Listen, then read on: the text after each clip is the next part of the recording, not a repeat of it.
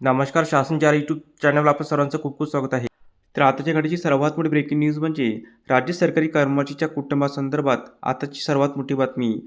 त्या संदर्भात या एपिसोडच्या माध्यमातून संपूर्ण अपडेट सविस्तरपणे चला सुरू करूया.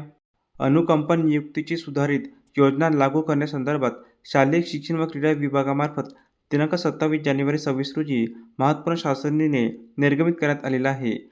सदर शासन निर्णयानुसार राज्यातील खाजगी अनुदानित अंशतः अनुदानित, विना अनुदानित शाळेमधील कार्यरत शिक्षक त्याचबरोबर शिक्षकेतर कर्मचारी यांच्या कुटुंबियास अनुकंपा नियुक्ती देण्यासंदर्भात सुधारित योजना लागू करण्यास मान्यता प्रदान करण्यात येत आहे. सदर योजनेची व्याप्ती सदर शासन निर्णयानुसार राज्यामधील सर्व अनुदानित व अंशतः अनुदानित खाजगी शाळांना अनुकंपा नियुक्तीची सुधारित धोरण लागू राहणार आहे. त्याचबरोबर स्वयंअर्थी सहाय्य तत्त्वावर स्थापन झालेल्या त्याचबरोबर विना अनुदानित तत्त्वावर कार्यरत असलेल्या शाळांना ही योजना लागू राहणार नाही, असे स्पष्ट करण्यात आले आहे.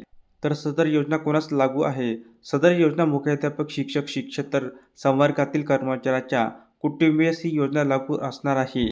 यामध्ये प्राधान्यक्रम प्रथम पत्नी-पत्नी, मुलगा-मुलगी, अविवाहित, मृत्यूपूर्वी कायदेशीररित्या दत्तक घेतलेले मुलगा आणि मुलगी, घटस्फोटित मुलगी किंवा बहीण, दिवंगत कर्मचाऱ्याचा मुलगा हयात नसेल तर त्याची सून, दिवंगत अविवाहित कर्मचाऱ्यांच्या बाबतीत केवळ त्याच्यावर सर्वस्वी अवलंबून असणारा भाऊ किंवा बहीण असा प्राधान्यक्रम असणार आहे. वयोमर्यादा सदर योजनेच्या माध्यमातून अनुकंपा नियुक्तीवर नियुक्ती देत असताना सदर कुटुंबियाची किमान वयोमर्यादा 18 वर्ष तर कमाल वयोमर्यादा 45 वर्ष असणे आवश्यक असेल. धन्यवाद.